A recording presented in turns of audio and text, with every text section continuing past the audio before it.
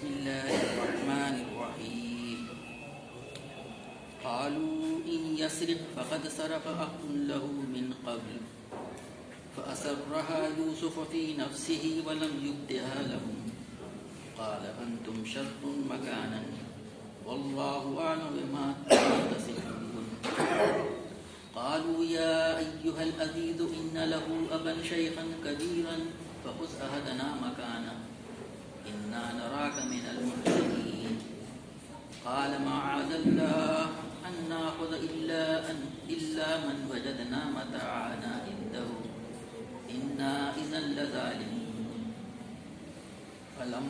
فلما استيئسوا منه خلصوا نجيا قال كبيرهم ألم تعلموا أن أباكم قد أخذ عليكم موثقا من الله ومن قبل ما فرطتم في يوسف فلن أبرح الأرض حتى يأذن لي أبي أو يحكم الله لي وهو خير الحاكمين ارجعوا إلى أبيكم فقولوا يا أبانا إن ابنك سرق وما شهدنا إلا بما علمنا وما كنا للغيب حافظين واسأل القرية التي كنا فيها والعيد التي أقبلنا فيها وإنا لصادقون قال بل سولت لكم أنفسكم أمرا فصبر جميل عسى الله أن يأتيني بهم جميعا إنه هو العليم الحكيم وتولى عنهم وقال يا أسفا على يوسف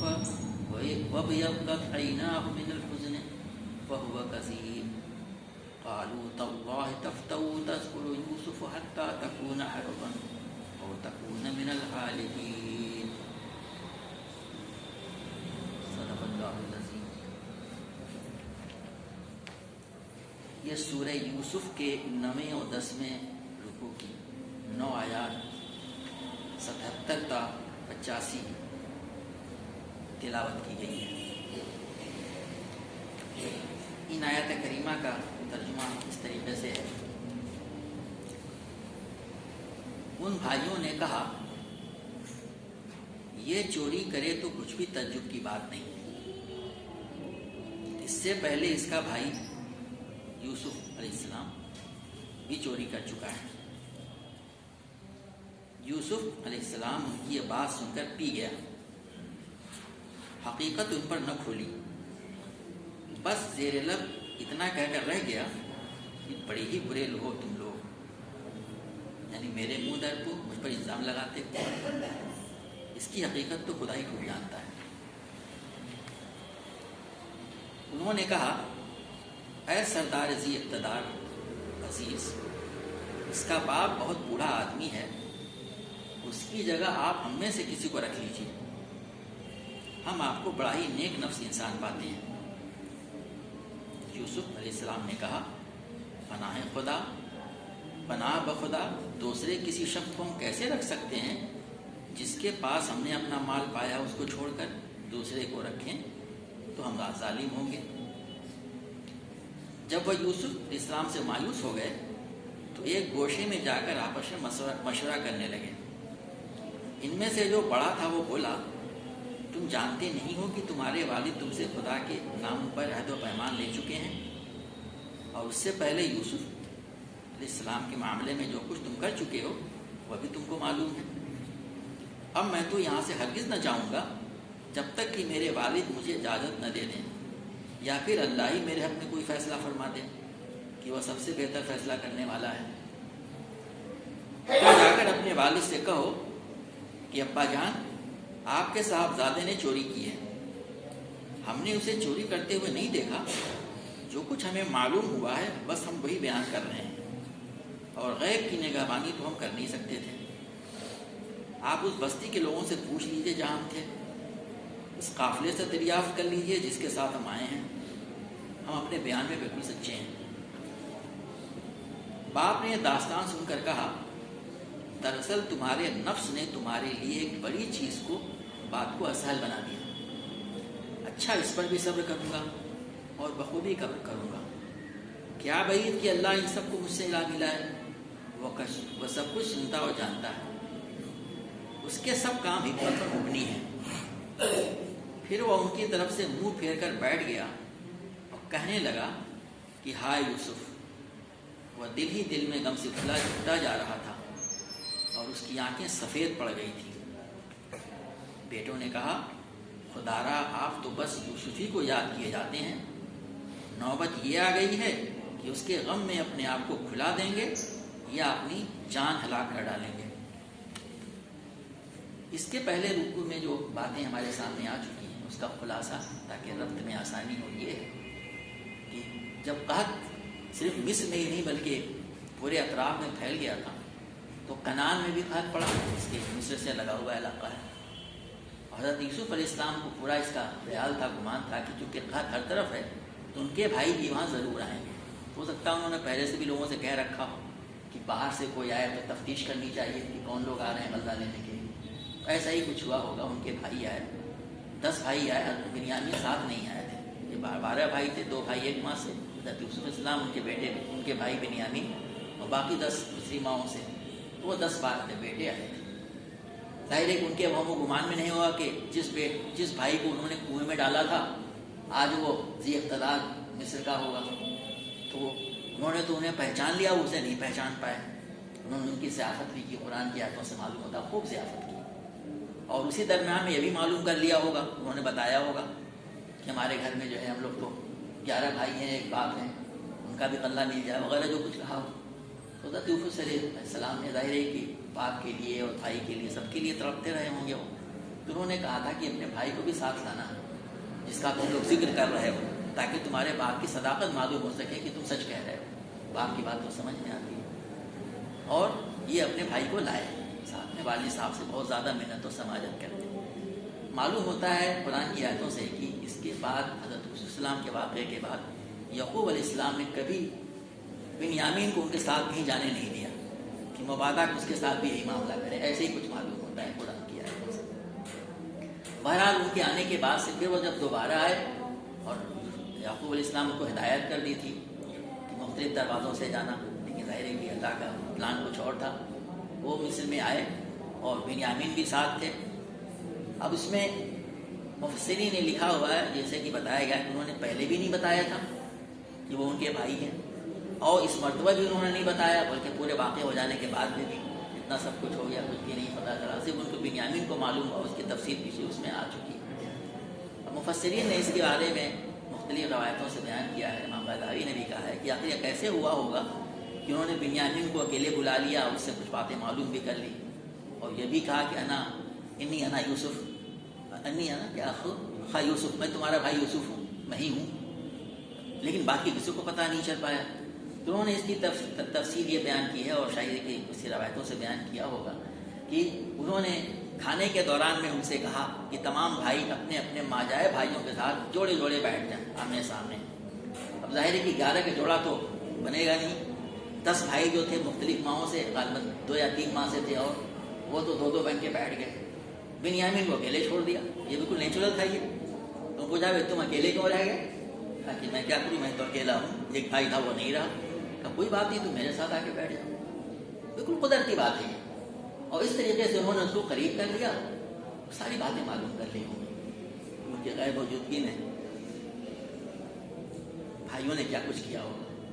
اور اسی وقت انہوں نے کہہ دیا کہ اب تم فکر نہ کرو، جو کچھ تمہارے ساتھ ماضی میں کرتے رہے ہیں یا مستقبل میں کر سکتے ہیں، اور شاید یہی ان کو بتا بھی دیا ہوگا، ہم تمہارے روکنے کی کوئی ترکیب بھی کریں گے۔ ایک چیز اور بات سمجھ میں آتی ہے کہ یوسف علیہ السلام کو یہ بات خوب معلوم تھی کہ والد صاحب کو جو خبر پہنچائی گئی وہ کیا معلوم ہوگا، نہیں معلوم ہوگا۔ حضرت بنیامین نے بتائی کہ انہوں نے جھوٹا یہ بتایا ہوگا، بھیڑیے کھا گیا اس کو، اور یہ کہ جتنی اسے محبت رکھتے تھے، جن کا ان کو پاس رکھتے تھے، ان کو کتنے تڑپتے ہوں گے، لیکن کوئی مصلحت ضرور تھی، یا غالباً اللہ تبارک و تعالیٰ کا ایسا حکم تھا کہ انہوں نے اس کو ظاہر نہیں کیا، اور نہ والد صاحب کو کسی طرح سے بتانے کی کوشش کی کہ ان کو تو معلوم ہو جائے کم سے کم، تاکہ وہ مطمئن ہو جائیں۔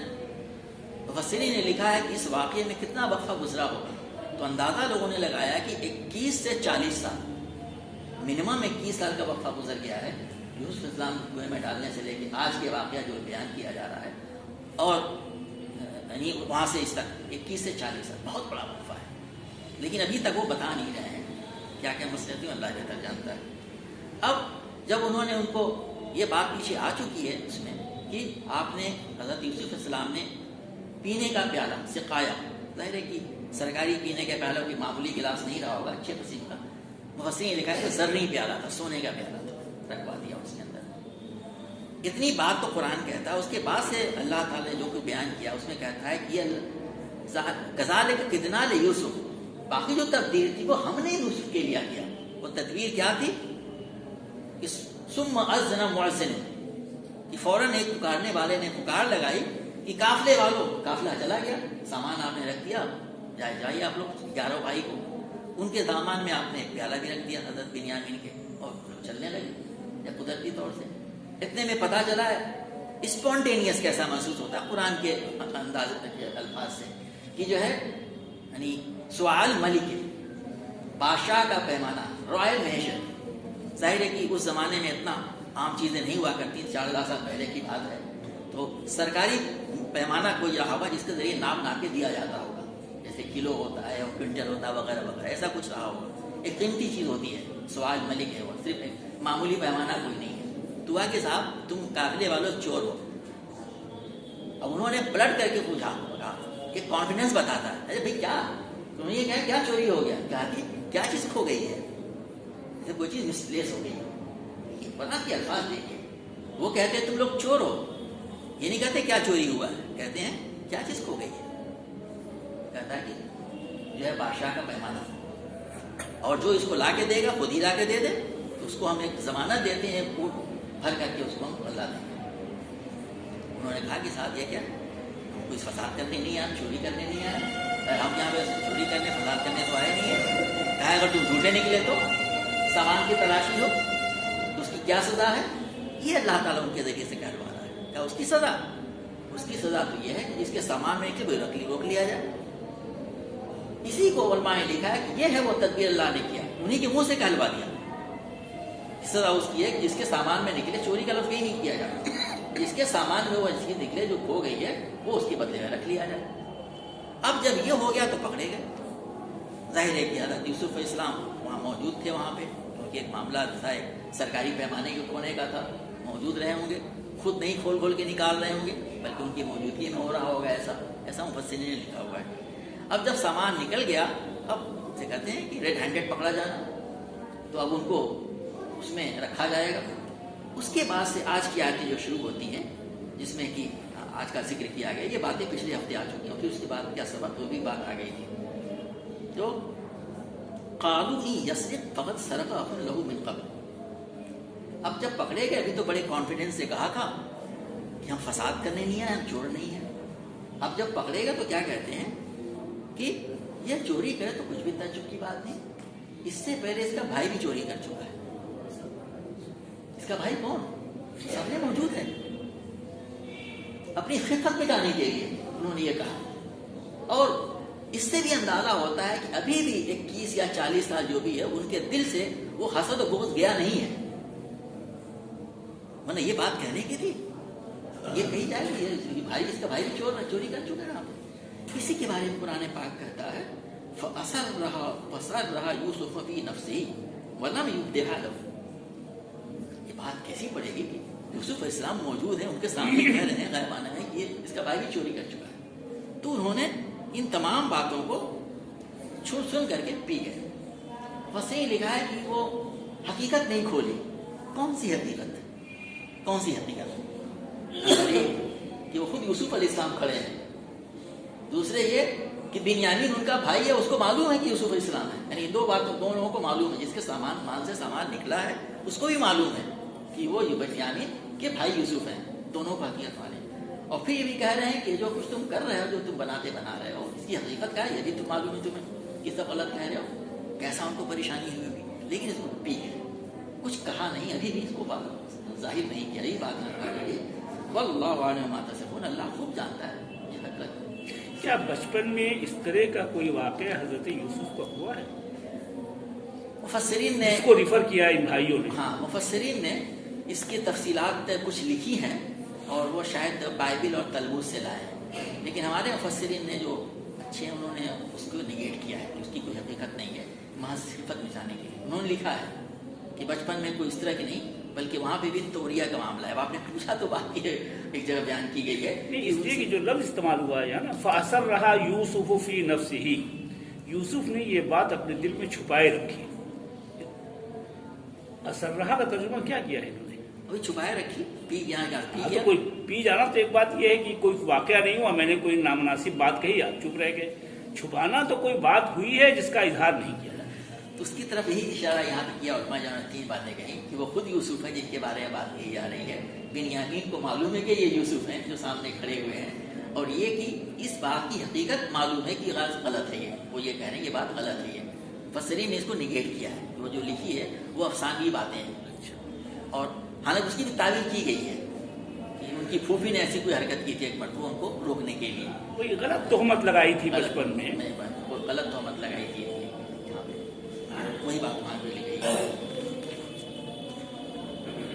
اب ظاہر ہے کہ اب اس کے بعد کیا وہی انہوں نے خود اس کو بیان کیا ہے. اس کے جرم کی سزا ان کے وہیں پائی جاتی ہے کہ جس کے سامان پایا جائے اس کو روک لیا جائے. تو روکے جا رہے ہیں وہ، اب ان کو لے کے جا رہے ہوں گے. اب وہ بھائی کہہ رہے ہیں قالو یا ایھا العزیز ان لہ ابا شیخا کبیرا فخذ احدنا مکانہ. انہوں نے کہا اے سردار عزیز. اب یہاں پہ لوگوں نے کہا عزیز کیوں کہا انہوں نے العزیز. تو عام طور سے لوگوں نے کچھ مفسرین عزیز کے معنی لیے ہیں کہ عزیز مصر، لیکن بیشتر مفسرین نے کہا کہ نہیں، یہاں یہ العزیز معنی صاحب ذی اقتدار، دا ایگزالٹیڈ. انگریزی میں ترجمہ یوسف علی صاحب نے کیا دا ایگزالٹیڈ، کہ صاحب ذی اقتدار کے مالک سے آپ تو مالک ہیں جیسے کہا جاتا ہے. اے صاحب ذی اقتدار، اس کا باپ بہت برا آدمی ہے جس کو آپ روک رہے ہیں، اور اس کے بدلے ہم میں سے کسی کو روک لیجیے آپ. انا نراک من المحسنین. انہوں نے اس کا حوالہ بھی دے دیا کہ جو ان کے اوپر احسان کرتے رہے ہیں، کہ انہوں نے مہمان نوازی کی پچھلے مرتبہ بھی، اس بار بھی. اس کی طرف بھی کہا کہ آپ تو بڑے نیک آدمی ہیں، بڑے نیک انسان آپ کو پاتے ہیں، ہمارے ساتھ یہ معاملہ کیجیے. قال معاذ اللہ. یوسف نے کہا پناہ ہے بخدا ان ناخذ الا من وجدنا متاعنا عنده. میں اس پہ اللہ کی پناہ چاہتا ہوں کہ میں اس کسی کو پکڑوں اس کے بجائے جس کے سامان اپنا مال پایا ہم نے، اس کے بدلے کسی کو پکڑے. ہم تو ظالم ہوں گے. انہوں نے صاف بنا کر دیا. ظاہر کہ مقصد یہی تھا ان کو روکنے کا. اللہ تعالیٰ نے خود اس کا پلان بنا دیا. اب ان کو مایوسی ہوئی. اب کیا کریں؟ باپ سے حد کر کے آئے ہیں، اللہ کو گواہ بنا کر کے. فلما استيئسوا منه خلصوا نجيا. تو جب وہ یوسف سے مایوس ہو گئے ایک گوشے میں جا کر آپس میں مشورہ کرنے لگے ہمیں کیا کرنا چاہیے. قال كبيرهم ألم تعلموا أن أباكم قد أخذ عليكم موثقا من الله ومن قبل ما فرطتم في يوسف. انہوں نے کہا کہ تم کیسے منہ لے کے جا سکتے ہو واپس؟ تم اپنے آپ سے ایک عہد کر لے کر کے آئے ہو، اس کو واپس لے آؤ. کون کہہ رہا ہے؟ کبیرہم. اب اس میں لوگوں نے کہا ہے کہ صاحب کبیرہم سے کیا مراد ہے؟ ان میں سے بڑے نے. تو کچھ نے اس کے لٹرل معنی لیے ہیں کہ اس میں جو سب سے بڑا بھائی تھا، لیکن انہوں نے کہا کہ اس کے لیے عربی زبان اکبرہم کہا جا سکتا تھا، جو سب سے بڑا بھائی تھا. کبیرہم کہا ہے، اور قرآن کی دوسری آیتوں کے حوالے دیے اس کے کیا معنی ہے. تو کہا کہ ایک ماں سے 4 بھائی تھے جن کے نام تھے روبین، شمعون، لاوی اور یہودا. یہودا سب سے چھوٹا تھا ان میں چاروں میں. اور کہتے ہیں کہ یہودا ہی تھا جس نے کہ اس وقت بھی جب یہ مشورہ کر رہے تھے ان کو قتل کر ڈالو، تو اس نے کہا تھا لا تقتلوا یوسف، یوسف کو قتل مت کرو بلکہ اسی کنویں میں ڈالو. یعنی وہ کچھ نرم دل تھا. تو وہی ان میں سے کہا جائے کبیرہم جو اس میں سب سے زیادہ سمجھدار تھا، اچھا تھا، اس معاملے میں بڑا تھا، بزرگی تھی اس کے اندر. اس نے کہا یہ بات کہ جو ہے تم کیسے جا سکتے ہو جب تم میرے والد سے اس طرح کا وعدہ کر رکھا ہے. اور پھر یہ بھی کہا اس نے وَمِن قَبْلُ مَا فَرَّطْتُمْ فِي يُوسُف، اور یوسف کے سلسلے میں تم جو معاملہ کر چکے ہو ابھی تم کو معلوم ہے. اور اس نے پچھلی بات یاد دلا دی 21-40 سال پرانی. یہ ہے اس کی بڑائی. اس میں ایک اس کے پہلے تم سے فروگزاشت ہو چکی ہے، یاد رکھنا تمہیں اس کے پہلے. اب تم کیا منہ لے کے جاؤ. فَلَنْ أَبْرَحَ الْأَرْضَ حَتَّى يَأْذَنَ لِي أَبِي أَوْ يَحْكُمَ اللَّهُ. کس کے سامنے وعدہ کیا تھا؟ اپنے ابا جان کے سامنے. اور کس کو گواہ بنا کے؟ اللہ کو گواہ بنا کے. تو کہنے لگا کہ میں یہاں سے بالکل نہیں ڈروں گا، میں تو جا نہیں سکتا. نو، یا تو ابا جان اجازت دیں کہ آ جاؤ، تمہاری کوئی غلطی اس کے اندر میں نہیں ہے، یا اللہ کوئی فیصلہ کر دے. مفسرین نے لکھا اللہ کا فیصلہ کیا ہو سکتا ہے؟ ایک فیصلہ اللہ کا یہ ہو سکتا ہے کہ اللہ تعالیٰ عزیز مصر کے دل میں بات ڈال دے, جانے دو بھائی, باپ اس کے بڑے پریشان ہوں گے, ہمارے ساتھ جانے دو. یہ بھی مان لیا ہے کہ اتنی میرے اندر قوت پیدا ہو جائے کہ میں چھڑا لاؤں بائی فورس. یا تیسری بات انہوں نے یہ بھی کہی ہے کہ مجھے موت ہی آ جائے, ختم ہو جاؤں میں. یہ تینوں اس نے کہا کہ اللہ کے فیصلے ہو سکتے ہیں. بس یہ دونوں میں سے کوئی بات ہو سکتی ہے, تب میں جاؤں گا یا میں تو نہیں جاؤں گا. اسی بات کہہ دی تھی. اور اس نے کہا کہ بھائی اب جانا ضروری ہے, تم لوگ جاؤ. آگے وہی کہا ارجعوا الی ابیکم, تم سب جاؤ اور اپنے والد سے کہو کیا, فقولوا, پھر کہو یا ابا ان ابنک سرقا, اے ابا جان. اب دیکھیے یہاں پہ الفاظ پر آ کے یہ نہیں کہہ رہے ہمارے بھائی نے, ان ابنک سرقا, اے ابا جان آپ کے بیٹے نے چوری کی. یہ ہے مزاج انسانی, آپ کے بیٹے نے چوری کی ہے. وما شہدنا الا بما علمنا. اور اس پہ ترجمے میں کئی باتیں کہی, ترجمہ یہاں بھی یہ کیا گیا ہے کہ ہم وہی بیان کر رہے ہیں جو ہمیں معلوم ہے.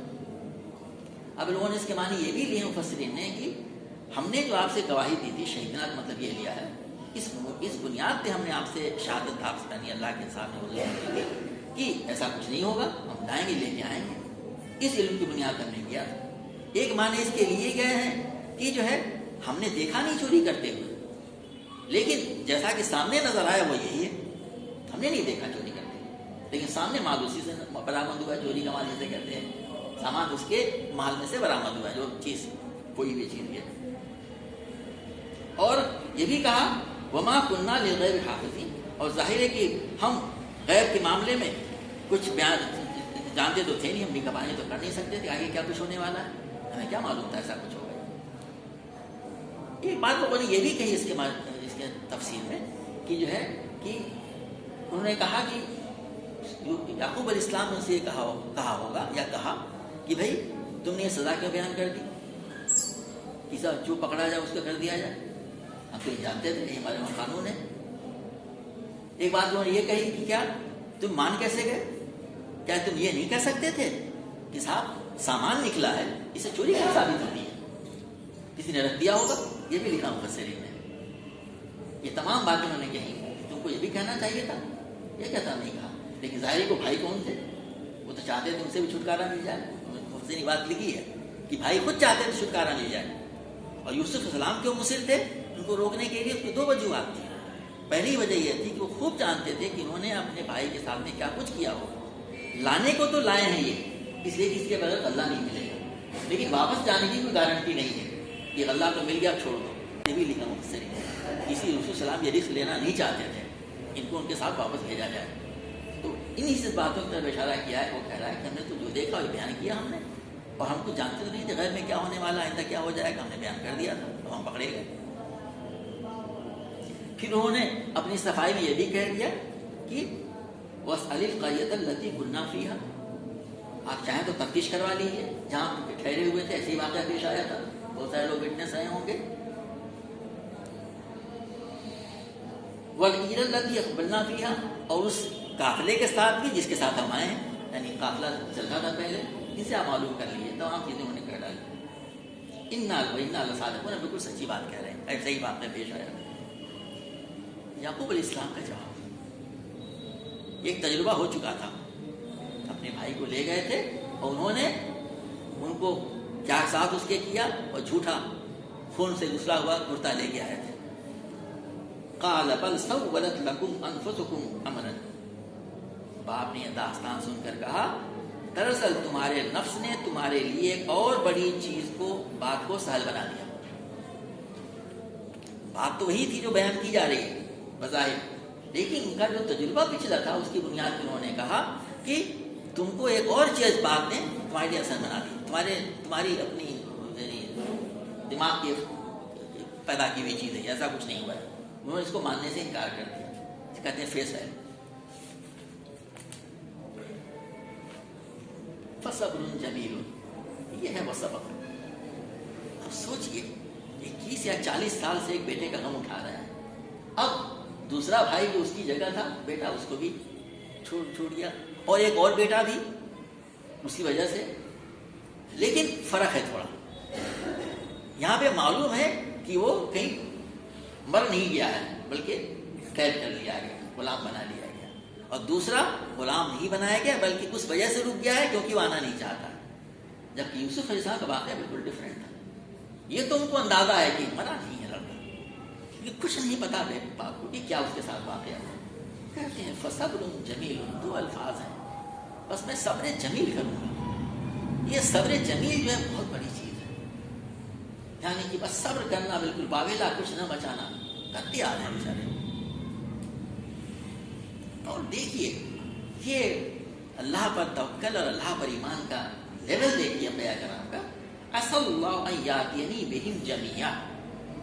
فسری نے بڑی عمدہ باتیں لکھی, صبر پہ صبر اور ایک تکلیف کے اوپر تکلیف, آزمائش پہ آزمائش. اللہ تعالیٰ آزمائش جس سے مکلف نہیں, جتنا مکلف اس سے زیادہ بوجھ نہیں ڈالتا. ان کو اندازہ ہو گیا کہ یہ لمٹ ہے, اب اس کے بعد سے پھر ان مع العسر یسرا, ان مع العسر یسرا, اب آسانی آنے والی ہے. کوئی لگتا ہے یہ, اب وہ یہی نہیں کہ یہ امید لگائے بیٹھے کہ یہ بیٹے ہی آئیں گے, بلکہ یوسف اسلام تک بھی پہنچ جاتے ہیں. ایسا اللہ ان یاتینی بہم جمیعا. اچھا بعید نہیں کہ اللہ ان سب کو مجھ سے ملا ملائے. میں صبر کروں گا, وہ اس بات کا بعید نہیں کہ اللہ تعالیٰ سب کو ملا لائے, تینوں کو. اس کو بھی جو قید کر لیا گیا, جو روکا ہوا ہے, اور وہ بھی جو غائب ہے اپنے دنوں سے. تاکہ صاحب یہ ہے انبیاء کرام کا ایمان, اور یہ اللہ پہ توکل. یہ نہیں وہ اللہ تعالیٰ توکل, امید ہے کہ سب کو ملا لائے گا جلدی. اور کیسے ملائے گا؟ انہ هو العلیم الحکیم, وہی جانتا ہے بہتر. ہوگا کیسے یہ بظاہر نظر کچھ آ رہا, انہ هو العلیم, جانتا ہے, اور حکمت سے کام اس کا پر مبنی ہوتا ہے. وتولی عنہ, اور ان سے منہ پھیر کر بیٹھ گیا. وقال یا اسفا علی یوسف, کہنے لگا ہائے یوسف. پرانی یاد ہے, بیٹا یامین گیا ہے, دوسرا یہودا یا جو بھی نام رہا وہ رکا ہوا ہے, اور ہائے یوسف, یاد اس کی تازہ ہو گئی بالکل. وابیضت عیناہ, غم سے اس کی آنکھیں سفید ہو گئیں. جو نقشہ قرآن نے کھینچا ہے, روتے روتے آنکھیں پر سفید ہو جانا, من الحزن, غم سے. فہو کظیم, اور گھٹ گھٹ کر کے. یہ گھٹنا جو ہے, پی جانا, گھٹتے رہنا, یہ بہت بڑی تکلیف ہوتی ہے. گھٹ گھٹ کر کے غم سے قرآن میں ترجمہ کیا انہوں نے, وہ دل ہی دل میں غم سے گھٹا جا رہا تھا, اور اس کی آنکھیں سفید پڑ گئی تھی. تو بیٹے کیا کہہ رہے ہیں؟ قالوا تاللہ, بیٹوں نے کہا خدا, تفتؤ تذکر یوسف حتی تکون حربا او تکون من الہالکین. بس آپ یوسف کو یاد کیے جاتے ہیں, نوبت یہ آ گئی ہے کہ غم میں آپ کو بھلا دیں گے یا خود کو ہلاک کر ڈالیں گے. دیکھیے ذرا سا باپ کا جو غم کا صبر, اور بیٹوں کا معاملہ یہ یاد نہیں کر رہا تھا, آپ بس یوسف کو یاد کیے جاتے ہیں. ابھی معاملہ تازہ, ابھی تو یہ ہے حضرت بنیامین اور یہودا, لیکن یوسف کو یاد کیے جاتے ہیں. آپ اپنے آپ کو غم میں بھلا ڈالیں گے یا مار ہی ڈالیں گے اپنے آپ. تو یہ یہاں پہ بتایا گیا. اس کے بعد سے حضرت یعقوب علیہ السلام کا مزید ذکر آتا ہے کہ وہ کیا کہتے ہیں کہ جو ہے جاؤ تلاش کرو وغیرہ. انشاءاللہ پھر اس باتیں آئیں گی. تو یہ ہے محترم میرے بزرگوں دوستوں, یہ قرآن پاک میں حضرت یوسف علیہ السلام کا واقعہ بیان کیا گیا کہ ہر جگہ انسانی نفسیات کیا ہوتی ہیں, کیا وہ کرتے ہیں, انبیاء کرام کا طریقہ کیا ہوتا ہے, صبر کسے کہتے ہیں, اللہ کے توکل کے کیا معنی ہوتے ہیں, اور حق بات کیسے کہی جاتی ہے. یوسف علیہ السلام کس طریقے سے یعنی تمام چیزوں کو انجام دیتے, اور اللہ تعالیٰ کیسے ان کی مدد فرماتا ہے. یہاں تمام کی تمام چیزیں اس میں ہمارے لیے سبق کی ہیں. اللہ تعالیٰ نے قرآن پاک پڑھیں, سمجھنے, اس پر عمل کرنے, اور اس کی دعوت کو لوگوں تک پہنچانے کی دعوت ہے. ربنا تقبل منا انك انت السميع العليم وتب علينا انك انت التواب الرحيم. سبحان ربك رب العزة عما يصفون وسلام على المرسلين والحمد